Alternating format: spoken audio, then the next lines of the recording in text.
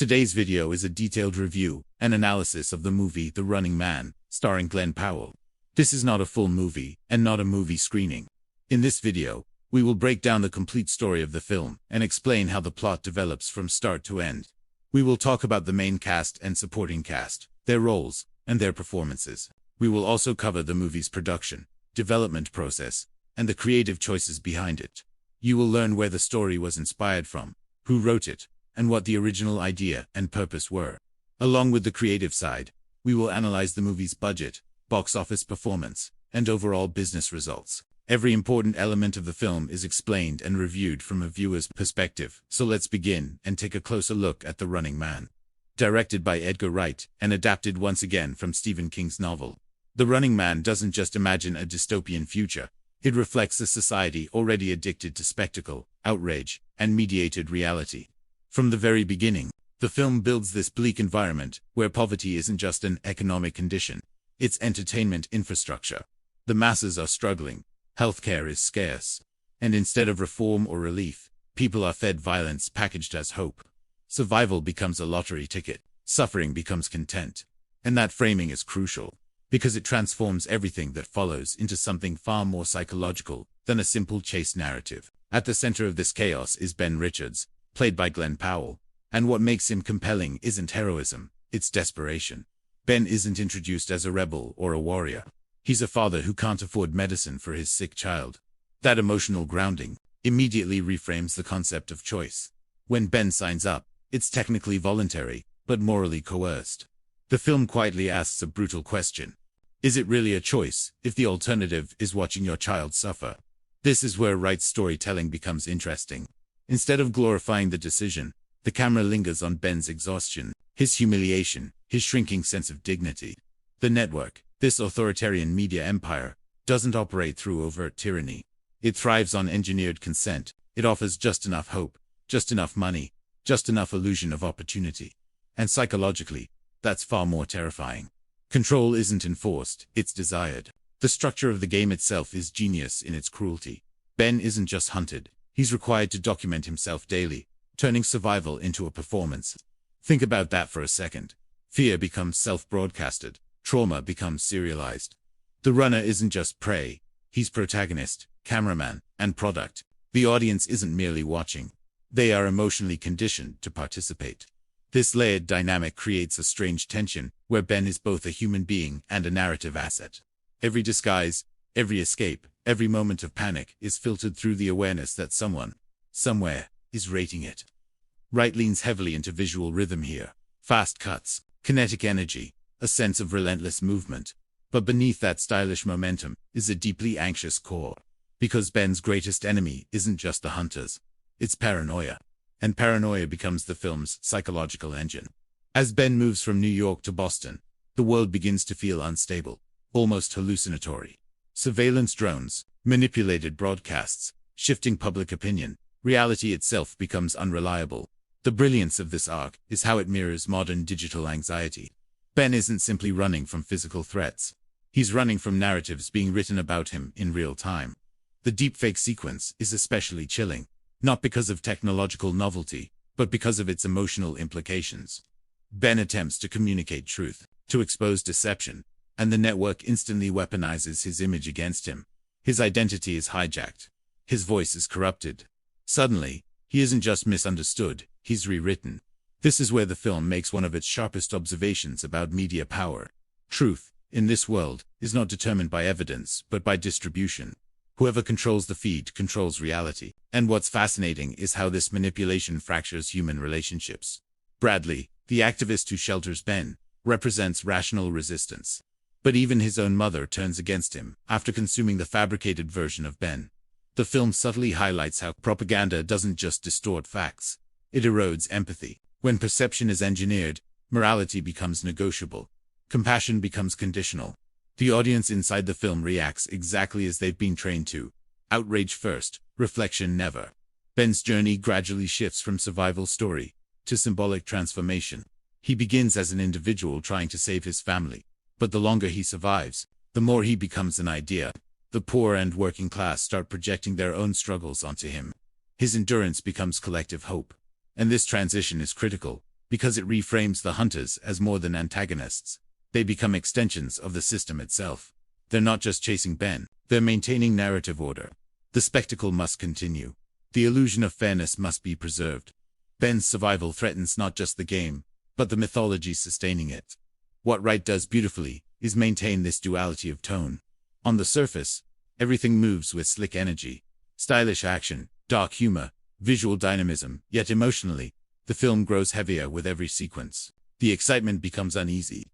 The thrills feel contaminated. Because beneath the chase lies a tragic irony. Ben's humanity is precisely what makes him entertaining. His fear fuels ratings. His suffering drives engagement. The film quietly forces us into an uncomfortable self-reflection.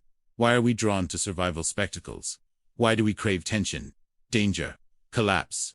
When does empathy blur into consumption? And by the end of this opening arc, one thing becomes painfully clear. Ben Richards is not just running for his life. He's running against a system that monetizes existence itself. Every step forward deepens the tragedy. Every escape tightens the trap. Because in a world where reality is edited, survival is never just physical. What really intensifies as the story pushes forward is how survival begins to mutate into psychological warfare. By the time Ben reaches Derry, the film subtly shifts its emotional texture. The pace remains urgent. But there's a creeping sense of inevitability, like the world itself is closing in. Derry doesn't feel like a refuge, it feels like a waiting room for tragedy. And the young activist Ben meets there, becomes one of the most quietly devastating elements of the narrative. Elton represents something Ben has nearly lost. Belief. Not hope in money, not hope in escape, but belief in meaning. That distinction matters. Ben is running to preserve life. Elton is fighting to preserve truth. Their alliance is less about strategy and more about emotional contrast. There's a fragile tenderness in their interaction that the film handles with surprising restraint. Elton idolizes Ben, not as a celebrity but as proof. Proof that resistance can survive inside the machine, but the tragedy here is layered. Elton doesn't fully grasp the system's scale, its cruelty, its precision. He still believes in dramatic gestures, heroic retaliation, symbolic victories. Ben, on the other hand, is exhausted by symbolism. He's living in raw survival mode. And Wright uses this dynamic to explore a painful psychological divide between idealism and lived trauma. Elton sees a revolutionary narrative unfolding. Ben sees a man desperately trying not to die. Then comes the betrayal, or more accurately, the collision between fear and ideology. Elton's decision to alert authorities isn't framed as villainy. It's framed as human contradiction. He wants justice for his father, revenge for systemic violence, validation for his rage. In that moment, Wright reminds us that rebellion itself can be emotionally unstable. Resistance isn't pure. It's messy, reactive, often tragically misguided. The booby trap sequence that follows becomes one of the film's most morally complex set pieces. On a cinematic level, it's thrilling chaotic energy, explosive movement, escalating tension, but psychologically, it's unsettling. Because beneath the spectacle is grief weaponized. Elton's death at the hands of McCone lands with brutal efficiency. No dramatic farewell. No emotional closure, just sudden erasure. And this is where McCone's presence starts to evolve from mysterious antagonist into something far more symbolic. McCone isn't driven by theatrical cruelty or flamboyant villainy. He embodies institutional inevitability. Calm, precise, eerily composed. His violence isn't rage-fueled. It's procedural that makes him terrifying. Wright constructs McCone almost like a ghost of the system. Not loud, not chaotic, but chillingly controlled. When he eliminates Elton, it doesn't feel like conflict resolution. It feels like narrative correction. Ben's escape into the river is staged like a rebirth, and visually, the symbolism is unmistakable. The crash, the fall, the plunge into darkness. Its survival through obliteration water, in cinematic language, often signals transformation, but here, it carries a harsher meaning. Ben doesn't emerge renewed, he emerges stripped. Every ally lost, every refuge destroyed, every illusion shattered. Survival is no longer heroic. It becomes isolating, and the film leans heavily into this emotional solitude. The world feels wider, yet emptier. Movement continues, yet purpose fractures. Jenny's death compounds this psychological erosion. She never fully evolves into a traditional companion figure, and that's intentional. Wright avoids sentimental bonding arcs, reinforcing the idea that this game doesn't allow relationships to breathe. Connections are temporary. Trust is fragile. Mortality is constant. Her elimination underscores a recurring theme. The system thrives by dismantling human continuity. No alliances, no stability, no shared survival. Ben is pushed, almost mechanically, toward singularity. And this is the point where Ben's identity undergoes its most significant psychological shift.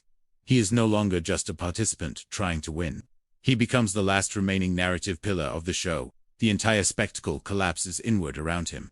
The hunters aren't merely chasing him now, they are orbiting him. The network's focus tightens. Surveillance intensifies. Public fascination escalates. Ben transitions from competitor to phenomenon, and Wright plays this evolution with unsettling brilliance. Because the more Ben suffers, the more culturally powerful he becomes. But power here is deeply ironic. Ben has influence without control, visibility without agency. He is adored and hunted simultaneously. The poor and working class rally behind him, projecting their frustrations, fears, and longings onto his survival. He becomes an emotional surrogate for collective despair. And psychologically, this is crushing. Ben isn't fighting for symbolic revolution, he's still fighting for his family. Yet the world increasingly sees him as something larger, something mythic. Wright subtly exposes the cruelty of this transformation. Society doesn't just consume suffering, it romanticizes it. Then comes one of the film's most devastating revelations: the bunker. The supposed sanctuary, erased by land development. This moment lands like existential mockery. Even resistance infrastructure is commodified, paved over, repurposed. The physical destruction mirrors Ben's internal collapse. There is nowhere left to run that hasn't already been absorbed by the system. Escape routes become illusions. Safety becomes fiction. And it's here, in this emotional vacuum, that Amelia Williams enters the story, not as a savior, but as disruption. Her introduction is critical because she represents a completely different psychological universe: wealth, insulation, privilege, a life untouched by the brutality defining Ben's existence. Their encounter isn't just narrative progression, it's ideological collision. Ben sees survival necessity. Amelia sees criminal threat. But Wright uses this tension to explore one of the film's most fascinating themes: perspective as propaganda. Because Amelia's awakening doesn't come from persuasion, it comes from exposure. When she witnesses fabricated versions of herself broadcasted by the network, the illusion cracks instantly. And this is one of Wright's sharpest psychological insights. Empathy often requires personal People rarely question systems that benefit them until the distortion becomes personal. Amelia's transformation is not framed as moral enlightenment, it's framed as perceptual shock. As Ben and Amelia move forward together, the film begins constructing something quietly powerful: solidarity born from disillusionment. Two individuals from radically different worlds, united not by ideology, but by the collapse of mediated reality. And emotionally, this alliance feels fragile, tense, deeply human. Because now, survival is no longer just a physical pursuit, it becomes a battle over reality itself. What makes the next movement of the story so gripping is how the film pivots from tension into something that feels almost existential. Ben and Amelia's escape toward the airfield isn't staged like a triumphant getaway. It feels like two people stepping deeper into uncertainty. The pacing remains tight, but the emotional undercurrent changes. Earlier, Ben was running through environments defined by hostility.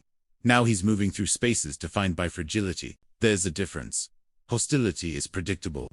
Fragility is terrifying. Because for the first time, the narrative allows the possibility of escape, and that possibility itself becomes a new source of tension. The airfield sequence plays like a strange inversion of hope. Jets, open sky, movement beyond borders. Visually, everything signals liberation. But Wright doesn't frame it with relief. He frames it with dread. The silence feels heavy. Every step feels watched. And psychologically, this is where Ben's character reaches a breaking point that has nothing to do with physical exhaustion. It's trust fatigue. He has survived Hunter's propaganda, betrayal, loss, but survival has come at the cost of certainty. Even freedom begins to feel suspicious. Amelia's presence during this stretch becomes increasingly important because she functions as the audience's emotional recalibration. Unlike Ben, she is new to fear on this scale. Her anxiety feels raw, immediate, untrained. And Wright cleverly uses this contrast to reveal how trauma reshapes perception. Ben moves with mechanical precision, instincts sharpened by relentless threat. Amelia moves with visible tension, still processing the collapse of her worldview. Together, they embody two stages of psychological adaptation: awakening and survival conditioning. Then comes Dan Killian's call. And this is where the film transforms from dystopian thriller into something almost philosophically cruel. Killian's offer is framed not as temptation, but as psychological domination. A personal show, power, immunity, status. The system isn't trying to eliminate Ben anymore. It's trying to absorb him. That distinction is everything. Totalitarian control doesn't always destroy resistance. Sometimes it rebrands it. The brilliance of this moment lies in how it weaponizes Ben's deepest vulnerability, his family. The broadcasted footage of Kathy and Sheila being executed is not merely emotional manipulation. It is identity annihilation. Ben's entire motivation collapses in an instant. The one thing anchoring his moral resistance is seemingly erased. And Wright stages this revelation with devastating restraint. No melodrama, no exaggerated reaction, just raw psychological rupture. This is the turning point where rage replaces survival instinct, and rage, in this world, is catastrophic, because rage is predictable, rage is exploitable, rage is spectacular. The hunters disguised as flight crew represent one of the film's darkest ironies. Ben's violence here feels justified on an emotional level, yet deeply tragic on a thematic one. The system has succeeded in transforming him into exactly what it needs, a source of explosive, consumable fury. The spectacle intensifies. The narrative thrives. Even rebellion becomes content. Wright subtly forces us into an uncomfortable realization. The system doesn't fear violence, it monetizes it. Then comes McCone's revelation, and suddenly, the entire psychological architecture of the film deepens. McCone isn't simply an elite hunter. He is a former runner, a survivor who nearly escaped, nearly won, nearly broke free, and chose assimilation. This twist reframes everything. McCone becomes the embodiment of systemic seduction. He is what happens when survival detaches from meaning, when endurance loses purpose, when resistance becomes negotiable. And psychologically, McCone is fascinating because he isn't portrayed as monstrous. He is calm, articulate, eerily rational. His justification is chilling, precisely because it makes sense within the system's logic. Survival, security, privilege, the rewards of cooperation. Wright crafts him as a mirror Ben refuses to become, not a villain defined by cruelty, but by surrender. Their confrontation is less about combat and more about ideology, to survivors, to paths, to definitions of victory. When Ben ultimately kills McCone, the moment doesn't feel victorious, it feels mournful. Because McCone represents a possible future Ben might have accepted under different emotional conditions. The film subtly suggests that corruption is rarely dramatic. It's incremental, rational, human. Amelia's parachute escape becomes one of the film's most quietly symbolic gestures. She doesn't leave carrying weapons or tactical intelligence. She leaves carrying ideas, pamphlets, words, narratives. Wright emphasizes something crucial here. Revolutions are not sustained by violence alone. They are sustained by meaning, by interpretation, by shared understanding. Then comes the live broadcast offer, Killian's final attempt at psychological conquest. And this is where Ben's character reaches his most profound transformation. Earlier, he fought for personal survival. Now, stripped of illusion, stripped of private motivation, he speaks directly to the audience. But Wright avoids heroic rhetoric. Ben's plea feels exhausted, fractured, painfully human. He doesn't sound like a revolutionary, he sounds like a man who has seen through reality itself. And that authenticity becomes the most dangerous force in the film. Because truth delivered without spectacle cannot be easily controlled. The network's response is immediate and brutally telling. They don't silence Ben, they overwrite him. A deepfake threat, a fabricated suicide narrative. The system doesn't just manipulate events, it engineers perception preemptively. Reality becomes irrelevant. Only interpretation matters. And as the jet is redirected, as the illusion tightens one final time, Wright delivers one of the film's most haunting thematic blows. In a world ruled by spectacle, even truth must fight for visibility. And this is where the film delivers its most devastating psychological sleight of hand, the destruction of the jet. On the surface, it plays like narrative inevitability. The rebellious runner, framed as unstable, seemingly chooses annihilation. The network's version of events slides neatly into place. Order restored. Spectacle concluded. But Wright stages the sequence with an eerie emotional ambiguity. The visuals are explosive, yet the meaning feels suspiciously clean. And that discomfort is deliberate. Because by now, the film has trained us to question every mediated reality. The jet's elimination isn't just physical closure, it's narrative containment for the network. Ben's death is not merely acceptable, it's necessary. A living Ben Richards is volatile, unpredictable, ideologically infectious. A dead Ben Richards, however, becomes manageable mythology. Martyrs can be edited. Heroes can be rewritten. Legacies can be weaponized. Wright quietly exposes the most sinister mechanism of authoritarian storytelling. Control the ending, control the meaning. But then the film fractures its own illusion. Time passes, the emotional tempo shifts, and Bradley re-enters the narrative like a crack in reality itself. Bradley's video feels radically different from everything that came before. There's no polished spectacle, no manipulative framing, no aggressive pacing. The aesthetic is raw, stripped, almost fragile, and that tonal contrast is critical. Wright uses visual language to signal epistemic rupture, truth presented without cinematic seduction. Bradley isn't performing resistance. He's documenting contradiction. The black box revelation becomes the story's most important philosophical pivot, because for the first time, reality exists outside the network's control, and the implications are enormous. Throughout the film, Wright has meticulously constructed a world where perception is endlessly malleable. Deepfakes, propaganda, manufactured outrage, truth is constantly destabilized. But the black box recording represents something profoundly threatening to that system. Uneditable evidence. Not interpretation. Not narrative spin. Raw mechanical memory. It's almost poetic. In a story obsessed with manipulated images, truth survives through sound, through something less visually corruptible. Psychologically, this is where the film transforms from survival thriller into ideological ignition, because truth alone isn't enough.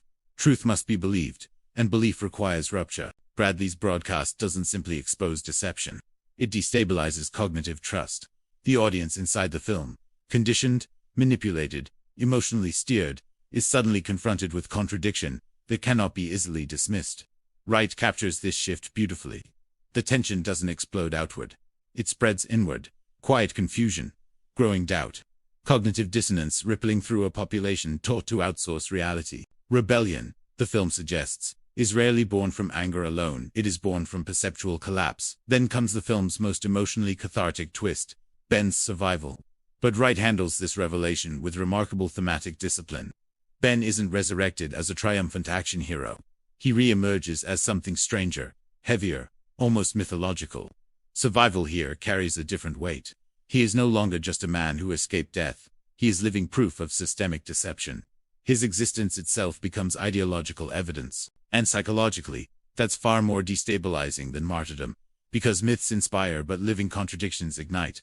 The revelation that Kathy and Sheila's deaths were fabricated delivers one of the film's sharpest emotional reversals. Earlier, the network weaponized grief to push Ben toward rage. Now Wright exposes grief itself as a manufactured spectacle. The cruelty of this manipulation lands with chilling force. It wasn't just violence as entertainment. It was emotional engineering at the most intimate level. Love becomes leverage. Even family becomes narrative infrastructure. Ben's reunion with his family avoids melodrama, and that restraint is powerful.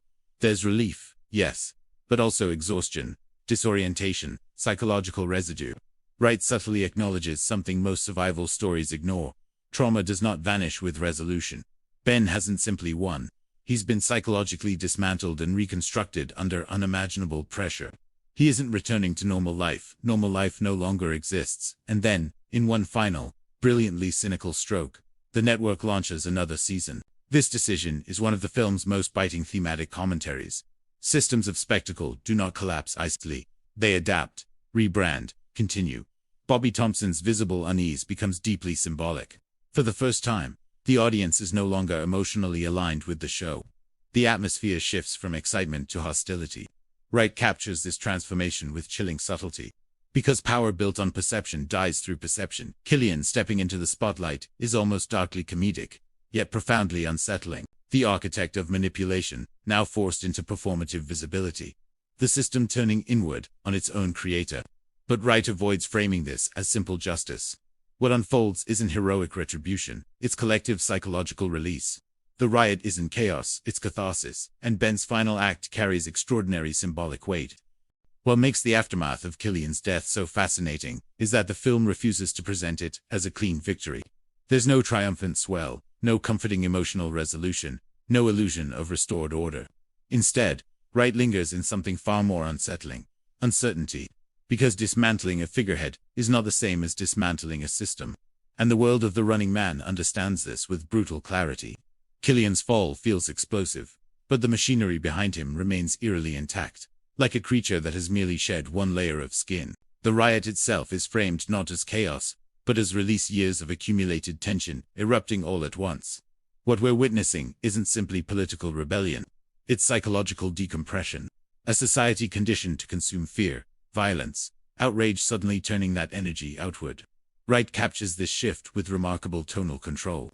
The visuals remain kinetic, but emotionally, everything feels heavier, almost exhausted. Because revolutions are rarely cinematic in the way movies promise. They are messy, contradictory, emotionally unstable. And Ben, standing at the center of this collapse, becomes one of the film's most intriguing paradoxes. He is both catalyst and casualty. Throughout the story, Ben has been transformed repeatedly: worker, contestant, fugitive, symbol, myth.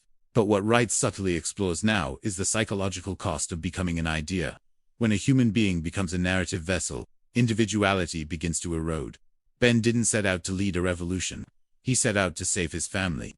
Yet history, or more precisely, spectacle, has rewritten him into something else entirely. There's a quiet tragedy embedded in that transformation, because identity, once collectivized, is never fully reclaimed. Wright resists the temptation to frame Ben as a traditional hero stepping into leadership. Instead, Ben feels disoriented, emotionally fractured, like a man struggling to locate himself inside the myth built around him. The crowd doesn't see Ben Richards the father. They see Ben Richards the proof. Proof that the system lies. Proof that resistance can survive. Proof that reality can crack. And psychologically, that projection carries enormous weight because symbols don't get to rest, symbols don't get privacy, symbols don't get ordinary grief. Meanwhile, the network's lingering presence becomes even more disturbing in defeat. Wright paints the institution not as collapsing infrastructure, but as adaptive organism. Broadcast feeds flicker. Narratives shift. Blame redistributes. Even amid visible rebellion, the machinery of spectacle continues attempting to interpret events. This is one of the film's sharpest observations. Power does not disappear when challenged. Control survives through narrative elasticity. Truth destabilizes authority. Yes, but authority fights back through interpretation. And what's chilling is how quickly uncertainty re-enters public consciousness. Wright subtly suggests that doubt cuts both ways. If reality can be fabricated, then certainty itself becomes fragile. People awaken to deception, but awakening does not automatically produce clarity. It produces confusion, competing truths, conflicting interpretations, cognitive instability. The same mechanisms that once enabled propaganda now complicate rebellion. This is where the film deepens into something almost philosophical. Because the true battlefield was never physical survival, it was epistemology. Who defines reality? Who validates truth? Who controls meaning?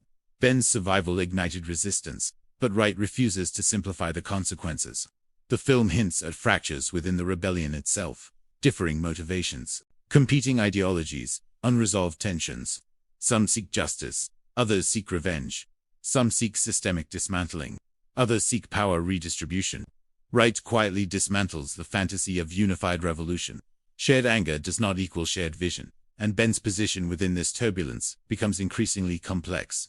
He is revered, yet vulnerable, visible, yet isolated. Wright frames him almost like a gravitational center, pulling conflicting energies inward. Every movement he makes carries interpretive consequences. Every silence generates speculation. Every expression becomes symbolic material.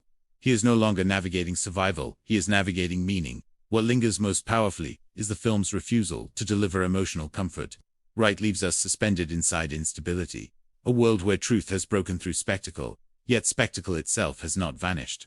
A world where rebellion has begun, yet resolution remains elusive. A world where Ben Richards stands not as victorious hero, but as living contradiction inside an unfinished narrative. And perhaps that's the film's most haunting insight. There is no final escape from systems built on perception, only constant renegotiation of reality. The streets may look like they belong to the people now, but the air still feels poisoned with uncertainty. Fires burn where advertisements once screamed, and the city is loud in a way that doesn't sound like celebration. It sounds like hunger. Hunger for answers. Hunger for justice. Hunger for something real, after years of living inside edited reality. Wright keeps the camera restless here, never letting the frame settle, because the world itself hasn't settled. This isn't a victory lap.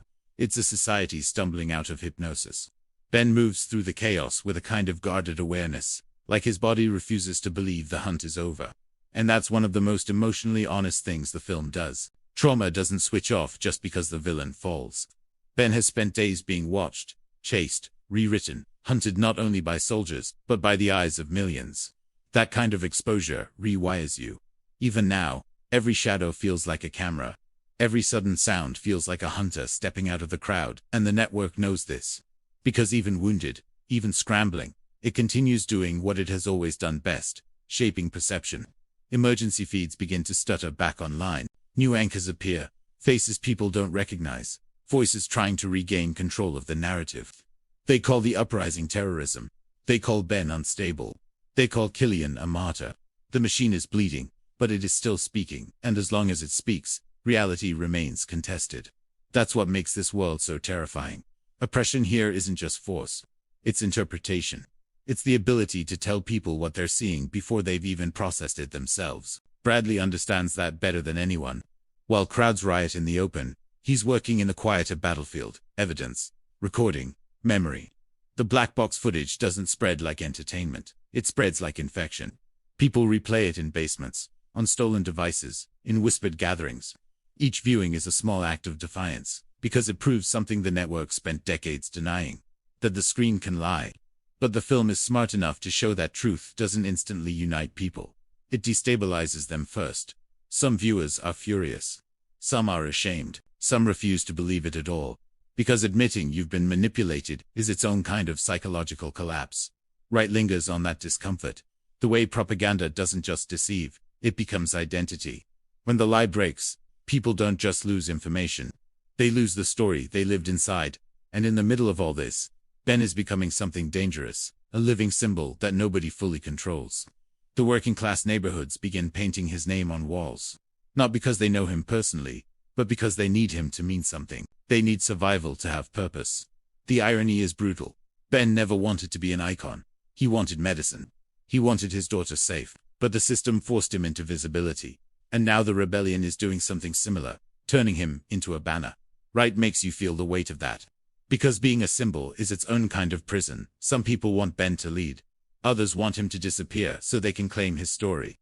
And the most unsettling part is that Ben himself doesn't know what comes next. He's not a politician. He's not a strategist. He's a man whose humanity was nearly consumed by spectacle. And now, in the vacuum left behind, everyone is asking him to become more than human. Meanwhile, deep inside what remains of the network, executives aren't mourning. They're calculating. The film gives us glimpses of boardrooms half abandoned, servers being wiped, contingency plans unfolding. Because The Running Man was never just one show. It was an economy, a religion, a mechanism of control. And mechanisms don't die easily. They evolve. Even now, somewhere in the infrastructure, files are being prepared, new hunters being recruited, new narratives being drafted. Because if the network has learned anything, it's that the public's attention is the most valuable weapon of all. If they can't crush rebellion with bullets, they will try to drown it in spectacle again. Ben doesn't get the luxury of disappearing. In a city where every screen once hunted him, even silence feels loud. Wright frames this stretch with an almost suffocating intimacy, the sense that Ben is being pulled in opposite directions, by forces that don't even realize they're competing. The rebellion wants him as a face. The network wants him as a threat. The people want him as a myth.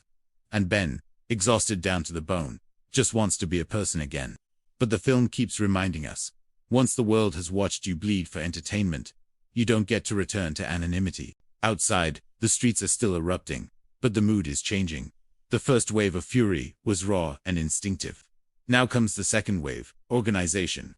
Groups begin forming, not just angry crowds, but structured resistance cells. Wright shows it in fragments. Whispered meetings in dark apartments. Pamphlets passed hand to hand. Hacked broadcasts flickering through abandoned storefronts. Revolution doesn't arrive as one grand cinematic moment. It arrives as logistics, as trust, as fragile networks of people deciding they are done being spectators. And that's where Bradley becomes crucial again. He isn't charismatic like Ben, but he's steady, grounded, almost painfully human.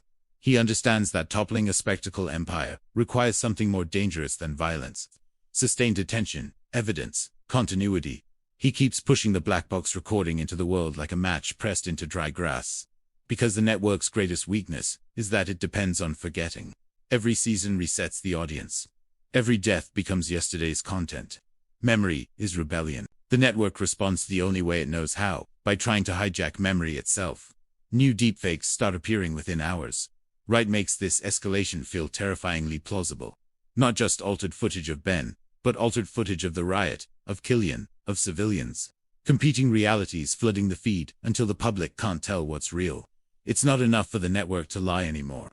Now it must create confusion, so thick that truth becomes just another opinion. That's the next stage of control. Not persuasion, but exhaustion. If people are too overwhelmed to know what's real, they stop resisting. They retreat.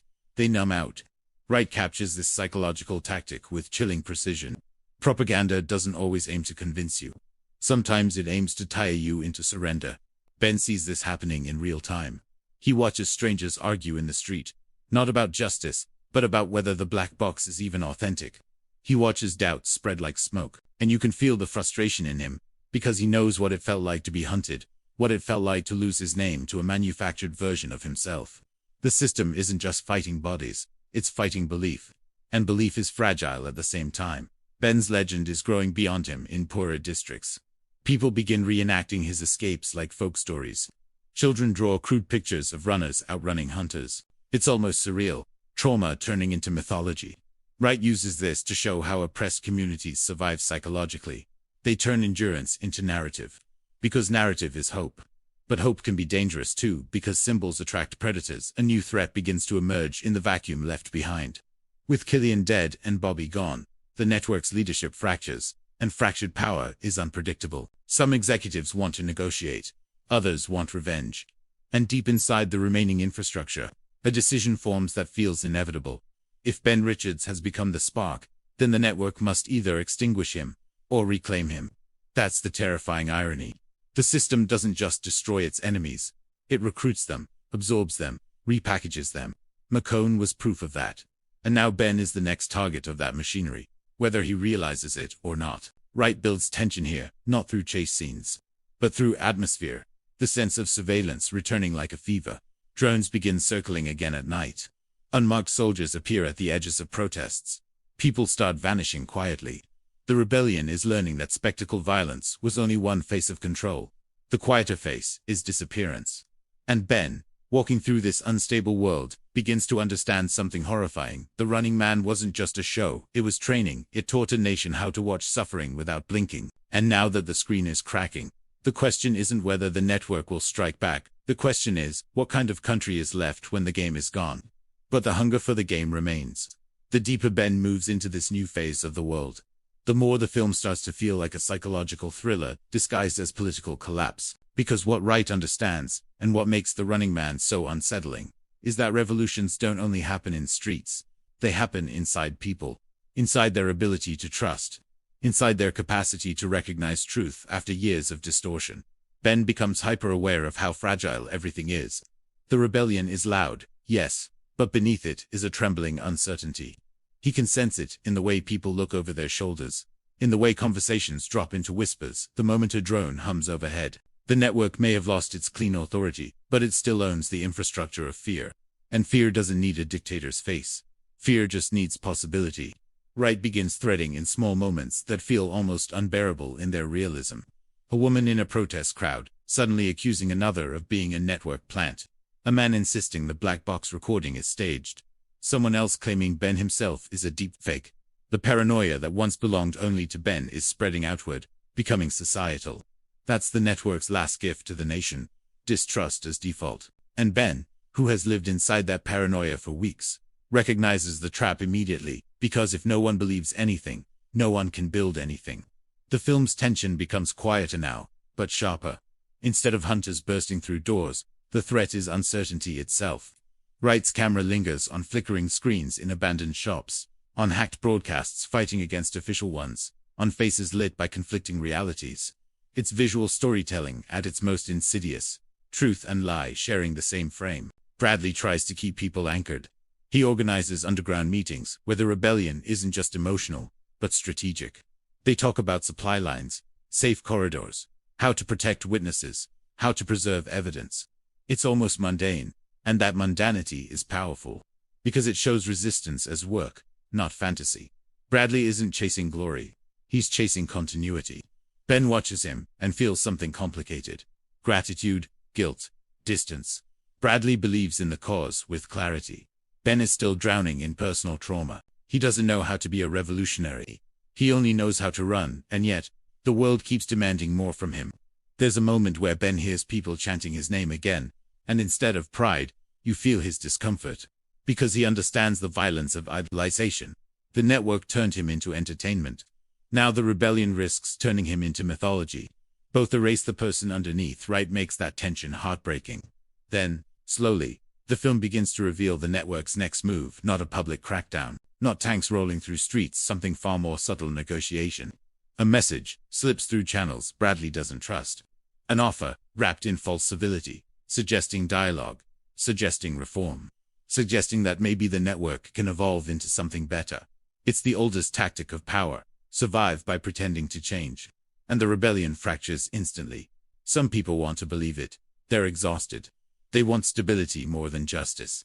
Others see it as manipulation, a way to buy time until the network regains strength. Wright doesn't present either side as foolish. He presents them as human. Because desperation doesn't only create rebellion, it creates longing for peace, even if peace is compromised. Ben listens to these arguments and realizes something chilling. The war ahead won't just be against the network, it will be against fatigue, against people's desire to stop fighting. That's when Amelia's earlier escape becomes thematically important again. She carried pamphlets, ideas, proof, seeds scattered beyond the city. The rebellion isn't confined anymore. It's spreading into places the network can't fully monitor.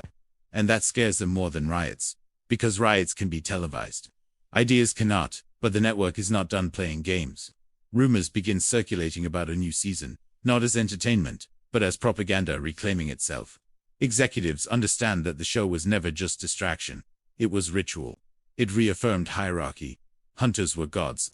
Runners were sacrifices.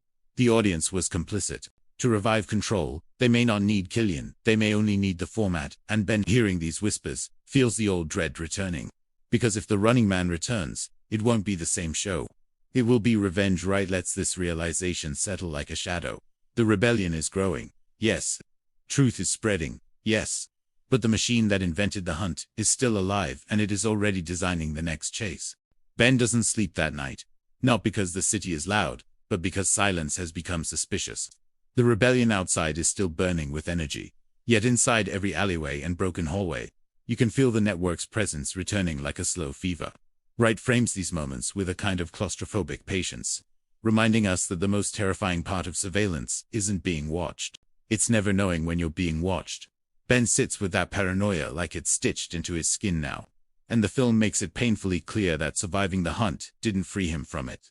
It only taught him how permanent fear can become. Bradley's underground network begins moving quickly, not with the chaotic passion of riots, but with the careful precision of people who understand that power doesn't die easily. Meetings happen in basements, in half-lit apartments, in places where the walls still feel safer than the sky. The rebellion is learning that outrage is only the first chapter. What comes next is structure, and structure requires trust, something the network has spent decades dismantling. Ben watches these organizers speak in urgent whispers about supply routes and safe corridors, and you can sense his discomfort, because he isn't built for strategy or leadership. He's built for endurance, for instinct, for running when the world closes in. The broadcast announcing the return of the Running Man spreads through the city like poison. Screens flicker back to life in storefronts and shattered billboards, and people gather despite themselves, pulled in by the same reflex that once kept them obedient. Wright makes this detail sting, because it shows how spectacle becomes muscle memory. Even those who hate the network still recognize its language, its lighting, its rhythm. The new corporate voice promising order isn't just an announcement, it's a psychological threat, a reminder that the system doesn't need Killian to survive. It only needs the ritual to continue. The idea that someone will always run, and someone will always watch. Ben feels the weight of that immediately, because he understands what the network is really doing. This isn't entertainment anymore. It's punishment disguised as tradition. A revived season would be revenge, a way to prove that rebellion changes nothing, that the screen still defines reality. Bradley insists they must get Ben out of the city before the network can tighten its grip again. But Ben hesitates, not out of fear for himself, but because he can sense what people are turning him into. The working class has begun painting his name on walls, chanting it in crowds, treating him like a living prophecy. And that idolization is its own kind of violence, because it erases the exhausted father underneath and replaces him with an expectation no human being can carry. As dawn approaches, drones begin to appear more openly, hovering at the edges of neighborhoods like metallic vultures. Soldiers in unmarked gear start moving through the chaos with quiet efficiency, not confronting the crowds directly, but observing, cataloging, preparing. Wright's tension here is less about sudden explosions and more about inevitability. The creeping realization that authoritarian systems don't simply collapse. They retreat, regroup, and return wearing new faces. Ben watches the drones and feels his body react before his mind does, every nerve screaming that the hunt is restarting. And in that moment you understand the film's deepest cruelty. Survival didn't end the game. It only made Ben the most valuable target in its next evolution. The rebellion begins to organize in ways the city hasn't seen before. Small cells operating independently, but with a shared understanding of the stakes.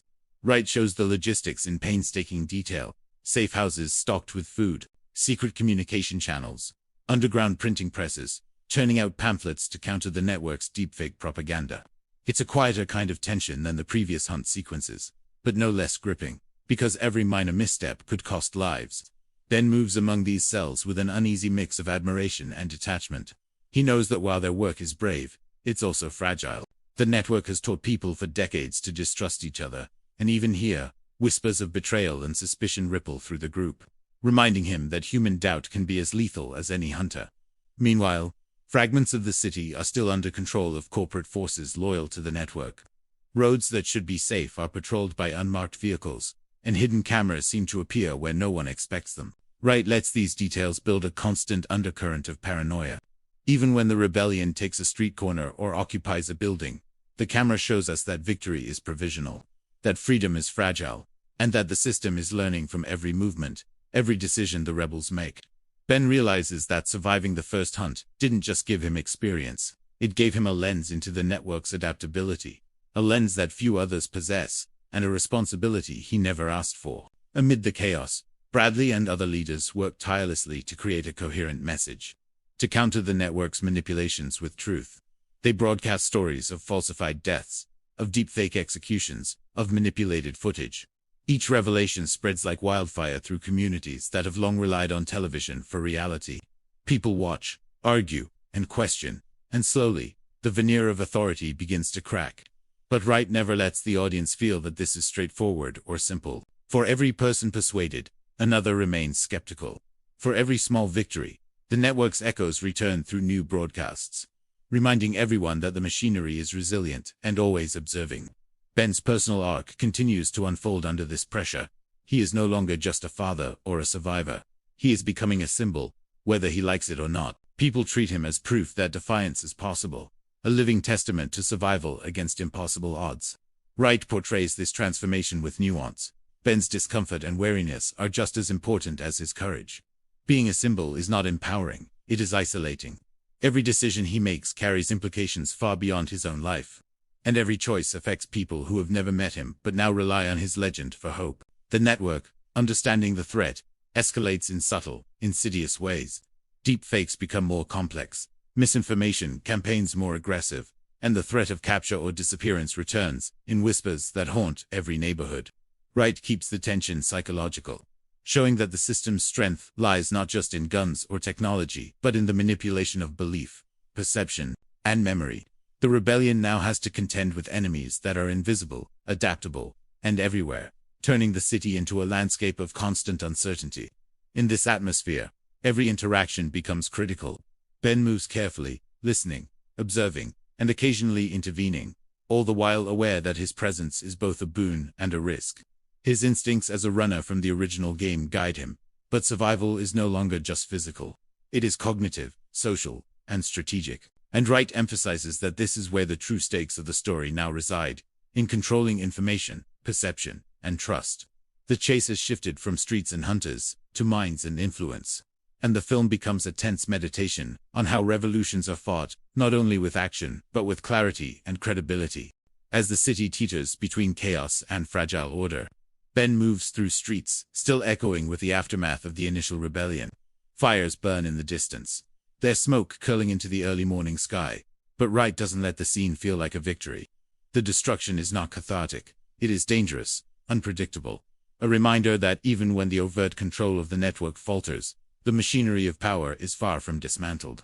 Every broken billboard, every empty street, every flickering screen carries the weight of surveillance, the shadow of the past hunt, and the lingering psychological grip of decades-long conditioning.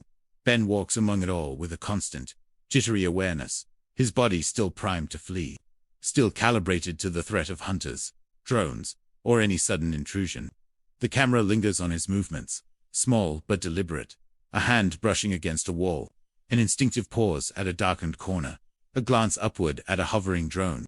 It is a study in how trauma shapes perception, how survival rewires reflexes, and how a man who once ran for money and life now runs for the survival of a movement and the very credibility of truth. Bradley and the other organizers work in parallel, their voices quiet but urgent, coordinating resistance cells, checking routes, passing messages between neighborhoods that are barely reachable without alerting the remaining network forces. There is a rhythm to their operations, a careful choreography that contrasts sharply with the earlier chaos. Wright emphasizes this difference with cinematic patience. The tension is no longer in explosive chase sequences, but in small, human moments. A whispered conversation in a basement, the hurried exchange of evidence, a coded message slipped under a door. These moments feel like lifelines, yet each carries the risk of discovery, and the constant pressure of being watched hangs over them like a physical weight. Ben observes these efforts, admiring their commitment but also aware of the fragility of human coordination in the face of a system that has spent decades teaching people to distrust one another. Even small errors could be fatal, and Wright makes sure the audience feels that the margin for safety is thin. Meanwhile, the network's response is as insidious as it is patient.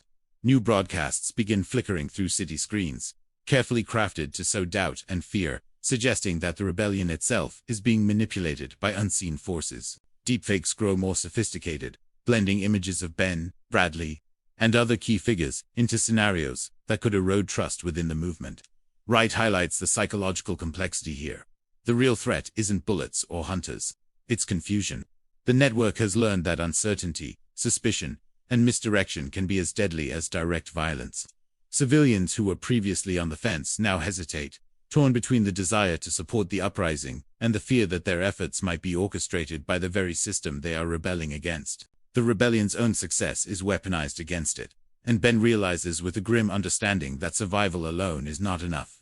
Influence and perception are equally critical. Battlegrounds. Amid this fragile environment, the city itself becomes a character, its ruined buildings and burning streets reflecting the fractured state of society. Wright uses long, unbroken shots to capture both scale and intimacy. The camera moves with Ben as he slips through alleyways, peers into abandoned storefronts, and pauses at intersections where the shadows feel alive. Each environment tells a story, the chaos of uprising juxtaposed with the remnants of corporate order. The physical scars of protests alongside the invisible scars of surveillance and manipulation. It is a world in which every corner hides possibility and danger simultaneously. A world where human instinct and strategic thinking must operate in perfect harmony. Ben's psychological burden grows heavier as he witnesses the ways the network is attempting to reclaim control. People in the movement begin to fracture under pressure, debating strategy, loyalty, and the morality of their actions. Some demand immediate retribution against the executives. Others argue for careful coordination to maintain legitimacy. Wright shows these debates not as distractions, but as inevitable consequences of resistance. Freedom is not a single act. It is ongoing negotiation, compromise, and vigilance. Ben feels the weight of being a symbol here, not a leader by choice, but the embodiment of the rebellion's hope. Every glance his way, every mention of his name, every piece of graffiti bearing his likeness reinforces the fact that the movement's success and its cohesion are tethered, in part, to his presence. And yet, the network is not idle. Executives and technicians who survived the initial collapse are already plotting a return, their strategies quieter but more calculated. Wright makes the menace subtle but palpable. Drones patrol unseen routes. Unmarked vehicles appear where none should be, and communications are intercepted, altered, and fed back into the city like an invisible tide of misinformation. The network's weapon is no longer spectacle alone. It is the control of belief itself. And Wright's framing makes it clear that no amount of street-level rebellion can succeed unless it addresses this deeper manipulation. Every move Ben makes, every route he takes, every interaction is measured against the risk of perception being weaponized against them. Survival has transformed from a purely physical ordeal into a mental and social labyrinth, where success is measured not just by staying alive, but by maintaining credibility, influence, and trust. The morning light barely cuts through the smoke that lingers over the city, casting long shadows across streets scarred by fire and neglect. Ben moves carefully, each step deliberate, acutely aware that the network is watching, learning, and adapting even as their physical presence feels diminished. Wright emphasizes this heightened tension with lingering shots of abandoned billboards and cracked windows, each reflecting not only the external chaos, but also the internal turbulence of a population waking from decades of conditioned obedience. Survival is no longer a matter of speed or agility. It has become a question of reading the smallest details. Which street is truly clear? Which whisper is sincere? Which face can be trusted? Every instinct Ben honed during the original hunt pulses through him. But now, the stakes are broader, encompassing not just his life but the fragile continuity of the rebellion itself. Bradley continues to coordinate the movement, operating like a quiet fulcrum in a city teetering on collapse. Each underground meeting is a miniature study in tension and ingenuity, the organizers carefully mapping routes, distributing food and medicine, and finding safe havens for civilians, while avoiding both prying eyes and the psychological sabotage of the network's media campaigns. Wright paints these operations with cinematic patience. Each whispered exchange, hurried paper slip, and coded glance carries weight, and every minor error could become catastrophic. Ben's presence amplifies both the courage and the risk of these missions. The rebels see him as a figure of hope, but that attention also makes him a magnet for the networks. Surveillance he cannot fully integrate into the planning, yet his instincts and experience are invaluable, a delicate balance that underscores the tension in every scene. The network's response evolves in real time, shifting from overt spectacle to psychological manipulation. Deepfakes are deployed not just to confuse, but to destabilize trust among rebels and civilians alike. Scenes show Ben and Bradley's likenesses appearing in broadcasts, depicted committing acts they never performed, designed to create internal suspicion and external fear. Wright's framing ensures the audience experiences the creeping terror of these manipulations. The city is no longer simply a battlefield, but a labyrinth of perception and deception. Citizens argue and retreat, unsure which messages are credible, while the network leverages this doubt to quietly regain influence. This is where the psychological stakes eclipse the physical ones. The machinery of control is subtler, more persistent, and far more dangerous, threatening to unravel every effort the rebellion has made. Ben becomes acutely aware of the dual pressures of being a living symbol and a participant in active strategy. He is admired, almost mythologized, but that admiration is itself a liability. Wright shows the weight of this symbolism through long, uninterrupted tracking shots of Ben moving through crowds, graffiti of his face everywhere, the echo of his name in chants. Each step he takes is both empowering and suffocating, illustrating how legend and individual can coexist only uneasily. His personal struggles, trauma, fatigue, and distrust are layered atop his new responsibilities, creating an internal tension that mirrors the city's external instability. The audience is placed squarely in his perspective, feeling the subtle paranoia, the cautious calculations, and the moral uncertainty that now defines survival in a world where perception is as deadly as bullets. Amid these pressures, Wright expands the narrative world. The city itself becomes an active participant. Alleyways, rooftops, and abandoned buildings are all potential observation points for drones or network agents, but also havens for secretive meetings and planning. Small, cinematic details, a flicker of movement across a shattered window, a shadow darting down a street, a whispered exchange under the hum of a distant drone, establish a constant atmosphere of uncertainty and danger. The rebellion is moving, but every success is provisional, every step forward shadowed by the omnipresent possibility of sabotage. Ben begins to realize that the stakes have shifted entirely. Survival now encompasses not only his physical existence, but the integrity and cohesion of the movement, and by extension, the belief of the population that freedom is possible. Wright also examines the human cost of this protracted struggle. Arguments flare within the rebellion, reflecting differences in strategy and ideology. Some factions call for immediate retaliation, others caution patience, and the tension between urgency and prudence underscores the fragility of trust that the network has long exploited. Ben's role as a symbol amplifies these tensions. Every suggestion he makes, every route he chooses, has reverberating consequences. The film makes it clear that resistance is a complex system where human psychology, misinformation, and tactical decision-making intersect. The narrative demonstrates that the game is no longer just a literal hunt. It is now a contest of influence, credibility, and perception, where success requires as much mental acuity and social insight as physical skill and endurance. The city's atmosphere grows heavier as days pass, with tension layering over tension in ways that feel almost suffocating. Wright doesn't let the audience forget that chaos is only one layer of the threat. The more insidious danger is the invisible machinery still at work, recalibrating, learning from every misstep.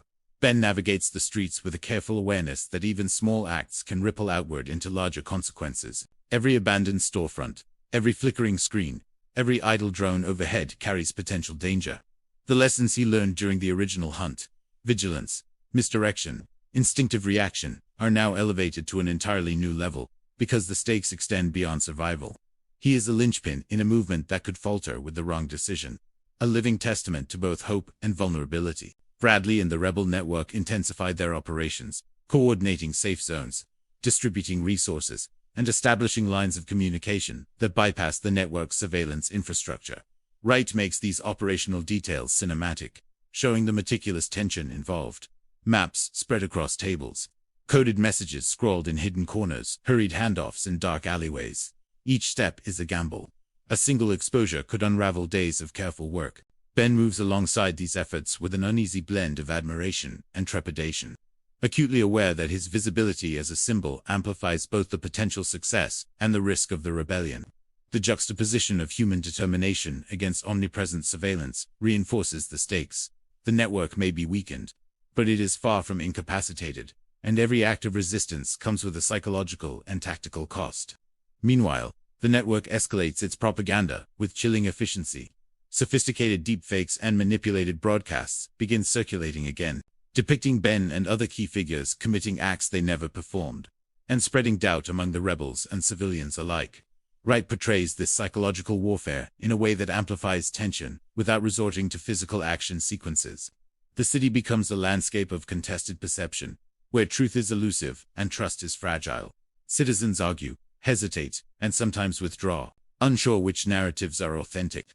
The network leverages this uncertainty to rebuild its influence quietly, demonstrating that its power lies not merely in brute force, but in the subtle control of belief.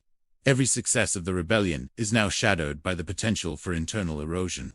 And Ben recognizes that survival is no longer a matter of moving quickly. It is about maintaining integrity, credibility, and unity. Amid these pressures, Ben grapples with the burdens of symbolic leadership. Wright emphasizes his internal conflict. Being admired and mythologized brings influence, but also isolation. Every choice carries consequences that extend beyond himself. Every step, every decision is scrutinized by the eyes of those who now look to him for guidance. Scenes linger on him moving through streets, the echoes of his name and chants, and graffiti depicting his likeness. Wright uses these moments to convey both the empowerment and suffocation of symbolic leadership, reinforcing the psychological weight Ben must bear. His personal trauma, already layered from the original hunt, intersects with his newfound responsibilities, creating an internal tension that mirrors the external instability of the city. The rebellion itself is becoming more complex, and Wright highlights the human cost of prolonged struggle. Debates flare within the movement, reflecting differences in strategy, ideology, and risk tolerance. Some factions advocate immediate, aggressive action against remaining network operatives. Others emphasize patience and coordination. These internal tensions, magnified by the network's continuing psychological attacks, create a precarious environment where trust is a scarce commodity. Ben is forced to navigate this landscape carefully, balancing instinct, insight, and moral judgment. The game has evolved. It is no longer a hunt in the streets, but a struggle over influence, perception, and belief, where every move has repercussions far beyond immediate survival. Wright ensures the audience feels the full weight of this transformation, reinforcing the idea that the rebellion is as much a mental contest as a physical one. The days stretch on with an exhausting rhythm, and Ben begins to understand that the rebellion is no longer just a movement. It is an ecosystem of human emotion, trust, and constant vigilance. Wright immerses the audience in this ecosystem, showing how ordinary citizens become active participants, not simply spectators of history. People who were once paralyzed by fear are now forced to make critical decisions: whom to trust, when to act, and how to interpret the network's ever-present misinformation. Each choice carries weight, and Wright doesn't shy away from portraying the human toll. Families are divided, friendships strained, and the line between heroism and recklessness blurs. Ben watches as some cells take unnecessary risks, while others are frozen by indecision, and he recognizes the same patterns that nearly cost him his life during the original Running manhunt. Survival is no longer simply about being fast or cunning. It is about reading human behavior and predicting outcomes under the stress of constant manipulation. Bradley continues to act as the anchor of the rebellion, coordinating efforts and distributing information that has survived the network's attempts at distortion. He instructs small groups on secure routes, how to avoid surveillance drones, and how to detect planted misinformation within their communications. Wright gives these sequences a quiet intensity, focusing on the human interplay rather than overt action. Every glance, whisper, and minor gesture carries meaning, and the tension is maintained through the sense that one misstep could undo days of careful planning. Ben's presence is crucial, but he is also a target, and symbol visibility is both a tool and a liability. He instinctively understands that his movements, even the ones intended to protect, can attract attention that the rebels cannot afford. Every step he takes is calculated, but the unpredictability of human behavior and the omnipresent network surveillance make even the simplest actions fraught with danger. Meanwhile, the network's tactics evolve into subtler forms of control. Broadcasts manipulate truth with near imperceptible edits, using deepfakes, not only to intimidate, but to foster distrust within the rebellion itself. Wright amplifies the psychological tension by showing citizens grappling with conflicting realities. Some believe the false images, others doubt their own judgment, and some refuse to acknowledge the manipulation at all. The network exploits these fractures to slowly rebuild influence, demonstrating that its power does not rely on overt brutality alone, but on shaping perception. Ben realizes that the physical confrontations of the original hunt were comparatively simple. The current struggle requires constant intellectual and emotional vigilance, and the consequences of failure extend far beyond his own survival. Ben's growing role as a symbol of resistance brings both empowerment and a profound sense of isolation. He is celebrated, referenced in graffiti, and treated as a living emblem of defiance. But Wright emphasizes the psychological cost of this fame. Ben's personal trauma, already deep from the prior hunt, is compounded by the expectation that he carry the hopes and actions of the rebellion. Scenes linger on his solitary moments, peering from rooftops, observing streets, calculating the safest path, reinforcing the isolation that comes with being a figure larger than life. The camera does not sensationalize these moments. It allows the audience to inhabit the weight of responsibility and the constant tension that comes with being both a human being and a symbol. Simultaneously, the rebellion grapples with internal disputes and the complexities of sustained conflict. Some factions advocate rapid, aggressive action against network operatives, believing that boldness is essential. Others prioritize coordination, patience, and strategy, understanding that rash moves could compromise the fragile progress they have made. Wright portrays these debates as realistic and human, highlighting the psychological and logistical challenges of maintaining a decentralized uprising. The network, meanwhile, monitors these fractures, subtly exploiting them through misinformation and strategic observation. As the rebellion stretches into weeks, the city begins to feel less like a battlefield and more like a pressure cooker, each neighborhood a microcosm of tension and uncertainty. Ben moves through it all with a heightened awareness, understanding that every interaction has consequences, every observation could be misinterpreted, and every rumor has the power to ignite or destroy hope. Wright lingers on these moments with meticulous care. A small group of rebels whispering in a darkened alley, a civilian cautiously handing over a message, the subtle glance of a child who has grown up with the spectacle of violence as entertainment. The world has changed. Survival is no longer about speed or cunning. Alone it is about navigating the delicate web of human perception, trust, and fear. The audience feels this unease as if it were their own heartbeat, constantly teetering between hope and dread. Bradley and the leadership network continue their tireless coordination, refining escape routes, monitoring drone activity, and distributing evidence to counter the network's propaganda. Wright shows the rebellion's evolution with careful pacing, emphasizing that resistance is no longer spontaneous but methodical, deliberate, and adaptive. Each decision is weighed against potential repercussions, and Ben's presence both inspires confidence and draws attention. The network has learned from its prior failures. It is no longer relying solely on spectacle and hunters, but on infiltration, misdirection, and psychological warfare. Every broadcast, every edited image, every manipulated rumor is a calculated strike against morale, intended to erode unity from within. Ben understands that the rebellion's true test is not just in physical confrontation, but in maintaining credibility, coherence, and belief among its members. The psychological weight of being a symbol begins to press harder on Ben. The population's expectations are enormous, and his every action is scrutinized, analyzed, and mythologized. Wright captures this burden through long, immersive shots of Ben observing the city from rooftops, watching crowds gather, listening to whispered debates, and calculating risks. The fame that once offered strategic advantage now feels like a cage. The rebellion relies on his legend, yet his humanity is at risk of being consumed by it.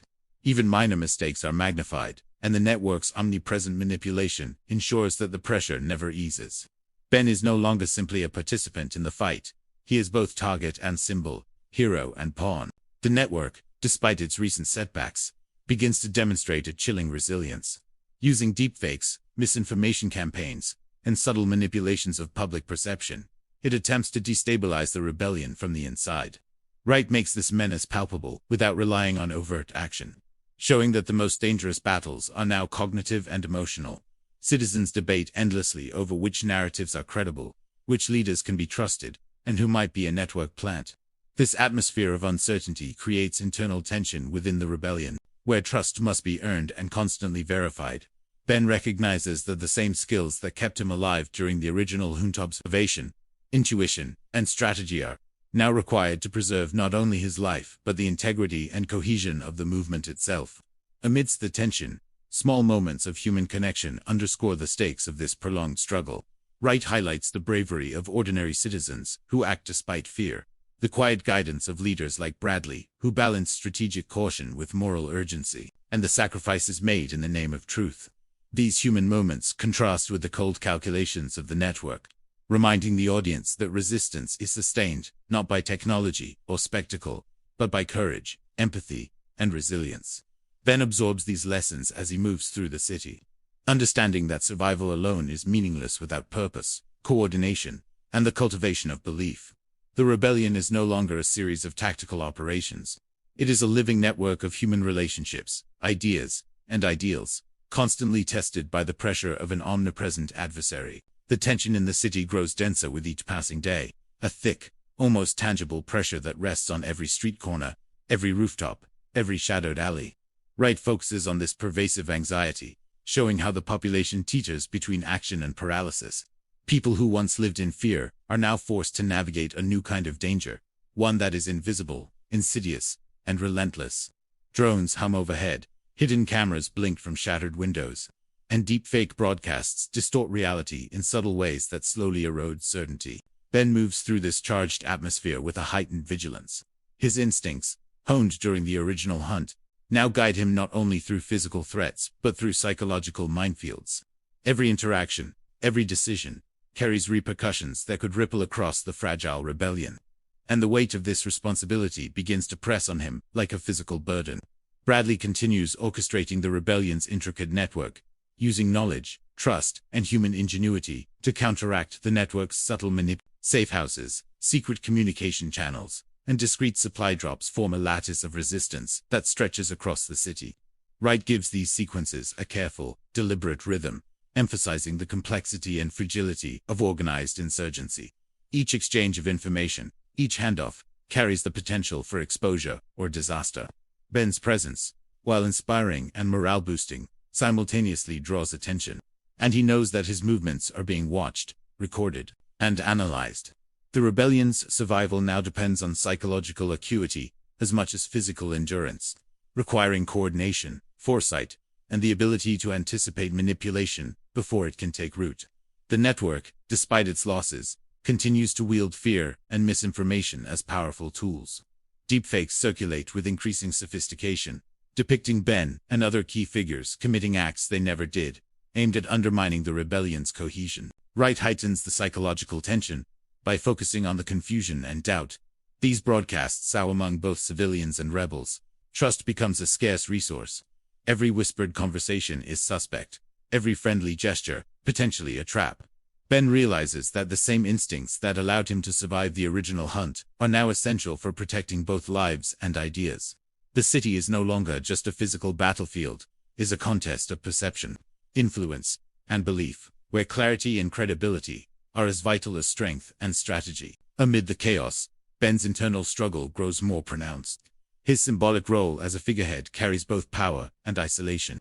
Wright portrays him walking among crowds, hearing his name chanted, observing murals and graffiti celebrating his actions, and yet feeling profoundly alone.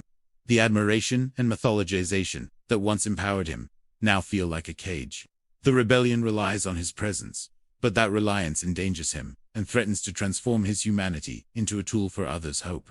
Every action he takes is scrutinized, every decision potentially reshaping the movement. The weight of expectation clashes with his own trauma and exhaustion, a psychological tension that Wright masterfully conveys through sustained, immersive sequences rather than dialogue or exposition. The rebellion itself faces internal challenges, as factions within it disagree over tactics, priorities, and moral strategy. Some advocate swift, aggressive strikes against remaining network operatives, while others stress patience, careful coordination, and the preservation of civilian life. Wright highlights these debates not as melodrama but as realistic conflicts born of fear, hope, and human complexity. The network's subtle manipulations exacerbate these tensions, demonstrating that power is as much about perception as it is about force. Ben, acutely aware of the stakes, must navigate these internal dynamics with care, balancing instinct, ethics, and strategy to prevent fractures that could undo the movement's hard-won progress. Survival is no longer enough. The cohesion and credibility of the rebellion now define the battle for the city's future. Small human moments persist amidst the chaos, offering both tension, relief, and narrative grounding. Citizens display acts of bravery, quietly resisting in ways that may never be celebrated. Bradley and other leaders demonstrate calm, deliberate guidance, balancing urgency with strategic foresight. These glimpses of resilience emphasize that the rebellion is not merely about conflict but about sustaining hope, belief, and solidarity under extreme pressure. Ben witnesses these acts and begins to understand that the real power of the rebellion lies not only in action, but in the preservation and amplification of ideas. Wright underscores that survival is insufficient without purpose, and that the fight is ultimately as much psychological and ideological as it is physical. The city begins to pulse, with a precarious rhythm, a tense cadence born of exhaustion, fear, and determination. Every street, rooftop, and alleyway is a potential theater of resistance or manipulation. And Ben moves through it with the acute awareness of someone who has survived not once, but twice, against a system designed to destroy him. Wright focuses on the psychological weight of this environment, showing that the real danger is no longer physical pursuit alone. It is the constant uncertainty, the manipulation of perception, and the erosion of trust. Each citizen, each rebel, and each silent observer could be a potential threat or a crucial ally. Ben's every action must be calculated, not just for his own survival, but for the survival of the ideas and hope that now orbit around him like fragile glass.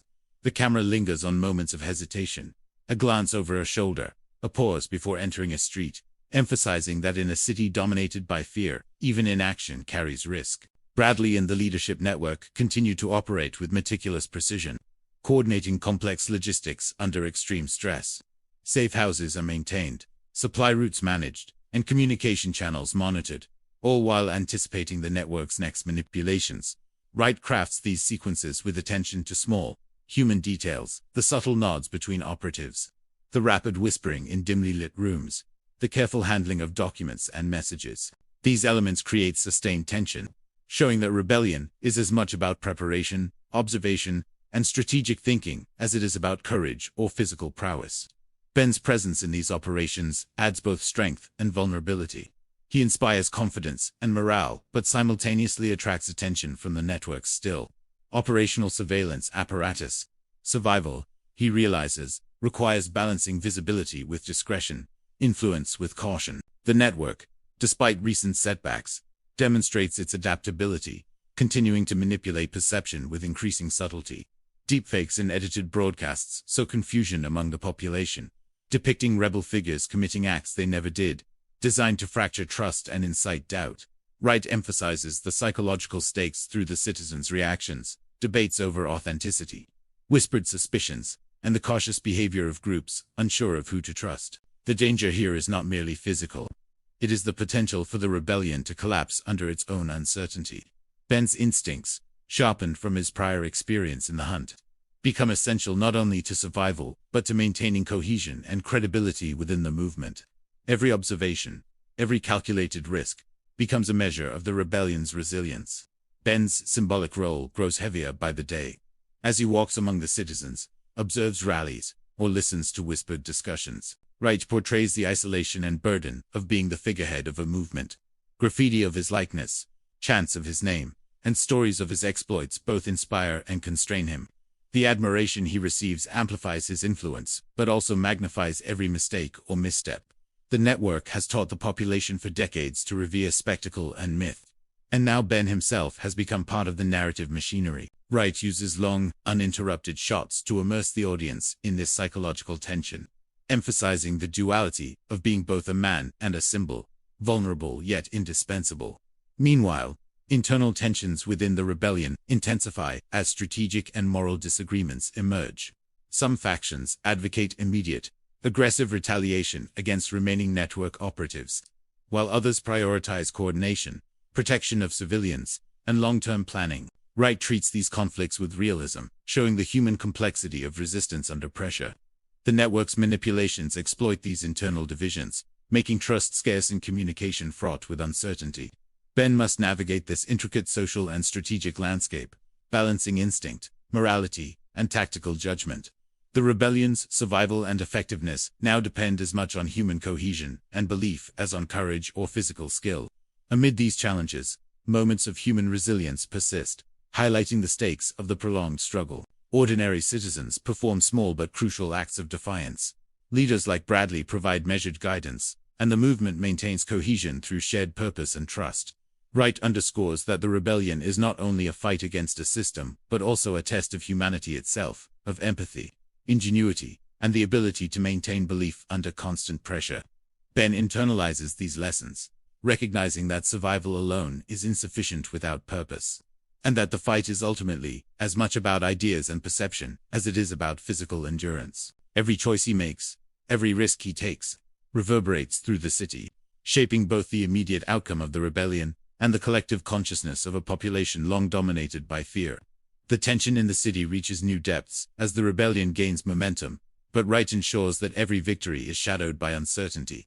Ben moves through neighborhoods scarred by both violence and neglect, observing the subtle signs of recovery and the persistent remnants of fear. Citizens are no longer passive observers. They are participants, making choices that could either fortify the movement or imperil it.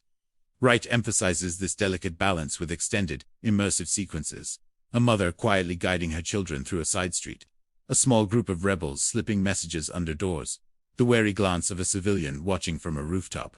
Every detail matters, and every choice carries consequences. Survival, once a matter of instinct and speed, has become a test of judgment, empathy, and psychological acuity. Ben understands that his role has evolved. He is no longer merely a survivor of the hunt, but a keystone in a complex system where the rebellion's cohesion and credibility depend on him as much as on any individual action. Bradley continues to orchestrate the rebellion's operations with careful precision, ensuring that logistics, communication, and safe zones are maintained despite the omnipresent threat of the network. Wright lingers on the subtle human dynamics that make this work possible. Quick, silent exchanges between operatives, subtle signals indicating danger, and the delicate calibration of trust in a world where deception has been a constant. Ben's presence amplifies both morale and risk, making him a beacon for rebels while simultaneously drawing attention from the network's surveillance systems. Every decision he makes, whether to engage, observe, or retreat, has far-reaching consequences for both individuals and the movement as a whole. The audience feels the weight of these choices, understanding that strategy and intuition have become as vital as courage. The network's response escalates with chilling sophistication. Deepfakes and manipulated broadcasts infiltrate the city's media, depicting rebel leaders committing acts they did not perform, and deliberately spreading distrust and confusion. Wright uses these interventions to illustrate the evolving nature of the struggle. The city itself becomes a psychological battlefield, where perception is weaponized and certainty is rare. Citizens debate endlessly over authenticity, factional lines blur, and fear mixes with hesitation, creating an environment where even well-intentioned actions can backfire. Ben realizes that the original hunt's lessons survival, speed, and evasion are insufficient. The rebellion's endurance depends equally on perception management, credibility, and the ability to maintain cohesion under relentless mental pressure. Ben's symbolic role continues to grow, bringing both influence and isolation. The city regards him as a living emblem of defiance. Yet this mythologization weighs heavily. Wright emphasizes the duality of heroism and burden through sequences of Ben observing crowds, listening to whispers about his past actions, and witnessing graffiti celebrating his resilience. The admiration he inspires empowers the rebellion, but it also magnifies the stakes of every choice and amplifies the consequences of any misstep. The city's collective memory, molded by decades of the network's propaganda, now projects immense expectations onto him, creating psychological pressures as formidable as any hunter or drone he faced in the past. Internal tensions within the rebellion sharpen as operational and moral differences come to the forefront. Some factions push for aggressive, immediate action, believing decisiveness will cripple the network.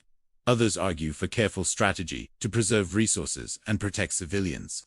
Wright portrays these conflicts realistically, showing how fear, hope, and ideology shape decisions. The network exploits these divisions, manipulating perception and exploiting uncertainty to fracture trust. Ben must navigate this complex social landscape, balancing instinct, ethics, and tactical foresight. The fight is no longer about merely surviving or eliminating threats. It's about maintaining the integrity, cohesion, and credibility of a movement under relentless pressure. A psychological war that mirrors the physical struggles of the original hunt. Small but powerful human moments persist, reminding the audience of the rebellion's foundation.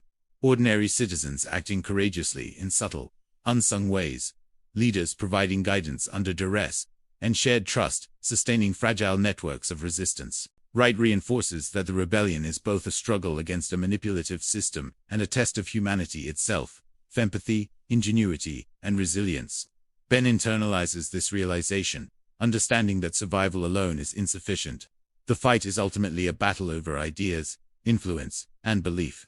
Every choice he makes reverberates through the city, shaping not only the immediate trajectory of the rebellion, but also the collective consciousness of a population long subdued by fear. The rebellion begins to take on a more visible presence across the city, but Wright ensures that visibility comes with heightened tension rather than comfort. Ben navigates the streets with cautious awareness, noting subtle signs of both hope and danger. Graffiti spreads, murals celebrate resistance, and small groups of civilians participate in low-risk actions. Yet every display of defiance risks drawing the network's gaze. The city is a living organism under pressure. Its inhabitants are both players and pawns, and Wright emphasizes the fragility of this ecosystem. Ben moves like a careful observer and participant, balancing the instinctive caution that saved him during the hunt with the calculated boldness now demanded by his symbolic role. The narrative reinforces that survival is no longer merely physical. It is about perception, influence, and the delicate art of sustaining morale under constant scrutiny. Bradley's leadership continues to be critical. Under his guidance, the rebellion develops more sophisticated methods of coordination, including coded communications, mobile safehouses, and decentralized cells that can operate independently while sharing strategic goals. Wright's direction makes these operational details cinematic, portraying the precision, tension, and human ingenuity involved. Ben's presence elevates the confidence of the cells, but also increases the risk as the network intensifies monitoring. Each action requires careful calculation. Movement, communication, and even silence carry consequences. The rebellion now functions as a complex, adaptive system, with Ben's experience and instincts forming a crucial node in its survival strategy. The network's psychological warfare escalates further. Sophisticated deepfakes, misinformation campaigns, and selective broadcasts are employed to generate distrust within the rebellion. Wright portrays this subtly, focusing on the human responses rather than the technology itself. Citizens question what is real, factions debate the authenticity of reports, and the rebellion grapples with internal suspicion. This battle of perception becomes as critical as any physical confrontation, illustrating that the network's enduring power lies in its manipulation of belief. Ben recognizes that the struggle now is not only against overt force but against the invisible architecture of deception and fear, requiring vigilance, discernment, and an understanding of human psychology at every level. Ben's symbolic status grows heavier as the city increasingly relies on him. As a beacon of hope, Wright captures the emotional complexity of this role. He is revered, mythologized, and celebrated, yet the weight of expectation isolates him. Long tracking shots emphasize his solitude amidst crowds and the omnipresent scrutiny of citizens who project their hopes and fears onto him. The legend of Ben Richards exerts a tangible force, shaping decisions, actions, and strategies. Wright underscores the tension between human vulnerability and symbolic power, illustrating that leadership in such circumstances is both a tool and a burden. A psychological battlefield parallel to the city's streets, internal challenges persist within the rebellion. Differing philosophies and approaches create friction. Some push for rapid, aggressive action, while others argue for strategic patience and resource preservation. Wright treats these debates with nuance, portraying the human complexity of resistance under sustained pressure. The network exploits these divisions subtly, amplifying uncertainty and mistrust. Ben must navigate these social dynamics carefully, using experience, insight, and moral judgment to maintain cohesion and credibility. The city's struggle has transformed. It is no longer merely a physical fight, but a contest of ideas, perception, and social cohesion, with stakes as high as life and death. Amid the tension, moments of human courage persist. Ordinary citizens take small but meaningful actions, and leaders like Bradley provide calm, strategic guidance. These instances reinforce the narrative's central truth. The rebellion's strength lies not only in action or weaponry but in trust, empathy, and collective resilience. Ben internalizes these lessons, recognizing that the fight extends beyond survival. It is a test of ideas, influence, and the maintenance of belief under continuous pressure. Every choice he makes reverberates throughout the city, shaping the rebellion's trajectory and the consciousness of a population long conditioned by fear. Bradley and the rebellion's leadership work tirelessly to coordinate cells, distribute supplies, and maintain communication networks despite the network's persistent efforts to disrupt them. Wright makes these sequences cinematic, focusing on human ingenuity and small gestures that carry enormous significance. A coded glance, a secret drop-off, a whispered warning. Each of these moments highlights the precarious balance between action and exposure. Ben's presence bolsters the confidence of the rebels, but it also draws attention from the network's surveillance and propaganda mechanisms. Every decision must be calculated, every step considered, as the rebellion's survival now depends on strategy, trust, and psychological insight as much as it does on courage. The network intensifies its manipulation of perception, leveraging deepfakes, misinformation, and selective broadcasts to destabilize both the rebellion and the civilian population. Wright emphasizes the subtlety of this psychological warfare. Citizens debate the authenticity of reports, factions question each other's loyalty, and fear mixes with uncertainty. The city itself becomes a battlefield of belief, where trust is both fragile and essential. Ben realizes that maintaining cohesion, credibility, and morale is as vital as evading detection or physical harm. The original Hunt's lessons, instinct, speed, and adaptability are now applied to influence, strategy, and social psychology, elevating survival to a multi-dimensional challenge. Ben's symbolic role deepens as the population increasingly looks to him as a figure of defiance and resilience. Wright portrays the duality of this status, empowerment coupled with profound isolation. Tracking shots linger on Ben, observing crowds, seeing murals of his face, hearing whispers about his past deeds, and feeling the weight of expectation pressing down. The mythos of Ben Richards is now a living force, shaping actions and decisions within the rebellion. Leadership is no longer a choice. It's a mantle forced upon him, with immense psychological consequences. Every action, however small, carries the potential to inspire or demoralize, creating constant internal tension that mirrors the city's external uncertainty. Internal debates within the rebellion continue to shape strategy and morale. Some factions advocate immediate, decisive strikes to disrupt network operations, while others prioritize cautious planning and the protection of civilians. Wright depicts these conflicts with realism, showing how fear, hope, and ideology intersect to influence decision-making. The network exploits these internal divisions subtly, demonstrating that perception and trust are weapons as potent as any physical force. Ben navigates this complex social landscape with careful judgment, understanding that the rebellion's cohesion is now inseparable from its effectiveness. The struggle has become as much about influence and ideas as about physical resistance amid the chaos. Glimpses of human resilience continue to shine. Ordinary citizens perform quiet acts of courage, leaders provide strategic guidance under duress, and trust sustains fragile networks of coordination. Wright emphasizes that the rebellion's survival relies not only on bold actions, but on collective empathy and commitment to shared ideals. Ben internalizes these lessons, recognizing that survival alone is insufficient. The fight is now a test of influence, credibility, and the ability to maintain belief under relentless pressure. Every decision reverberates through the city, shaping both the immediate course of the rebellion and the consciousness of a population long conditioned by fear. Now the rebellion reaches the critical climax, a tense convergence of strategy, courage, and consequence. Ben moves through the city with a sharpened awareness. Each street and alley a stage where perception and reality collide. The network's presence, though diminished, still whispers through surveillance drones, manipulated broadcasts, and the lingering doubt seeded into the population's psyche. Every decision he makes carries weight. A single misstep could unravel weeks of careful planning, or endanger civilians who have risked everything to participate.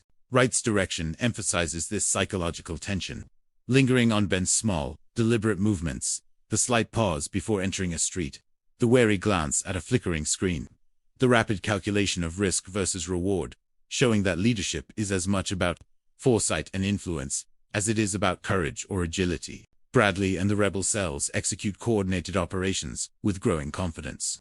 Their decentralized strategies, allowing them to act simultaneously across the city while maintaining overall cohesion. Wright frames these sequences with a cinematic eye for suspense and human detail. Hurried whispers, subtle hand signals, and the careful exchange of vital information. Ben's experience and symbolic presence amplify their effectiveness, but also magnify their vulnerability as the network continues to probe for weaknesses. Survival and success now depend on a combination of ingenuity, timing, and psychological insight. Every victory must be balanced against the possibility of manipulation or collapse. The network escalates its manipulations, deploying sophisticated deepfakes and disinformation to undermine morale and provoke internal mistrust. Wright depicts the insidious effects on civilians and rebels alike. Debates over authenticity, hesitant actions, and subtle fear that threatens to stall progress. The city becomes a chessboard of perception, with each side attempting to anticipate the other's moves.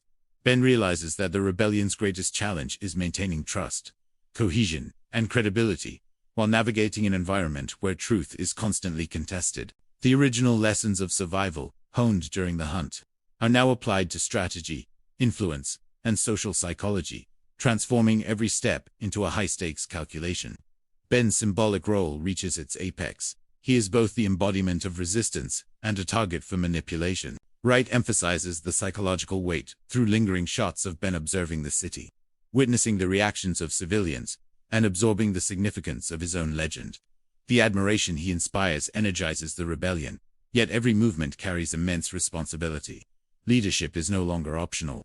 It is a mantle he must bear under continuous pressure. Every choice reverberates across the city, influencing morale, strategy, and the very belief in the possibility of freedom. As internal debates within the rebellion intensify, factions weigh aggressive action against strategic caution. Wright portrays these conflicts realistically, emphasizing the human complexity of coordinated resistance. The network subtly exploits divisions, heightening uncertainty and challenging trust. Ben navigates these dynamics with experience and insight, ensuring that the rebellion remains coherent and effective. Survival, strategy, and perception converge in this tense finale, highlighting that the struggle is not just physical, but deeply psychological and social. In the final hours of the confrontation, small acts of courage define the outcome. Civilians and leaders act decisively yet carefully. Trust is exercised and rewarded, and the rebellion demonstrates its resilience. Wright ensures that these moments are cinematic, drawing attention to human ingenuity, empathy, and determination. Ben internalizes the lesson that survival alone is insufficient. The fight is about maintaining belief, influence, and cohesion. The city, once passive under the network's dominion, now pulses with collective action and hope. Every choice made, every calculated risk, reverberates outward, shaping not only the rebellion's immediate success, but also the consciousness of a population long oppressed.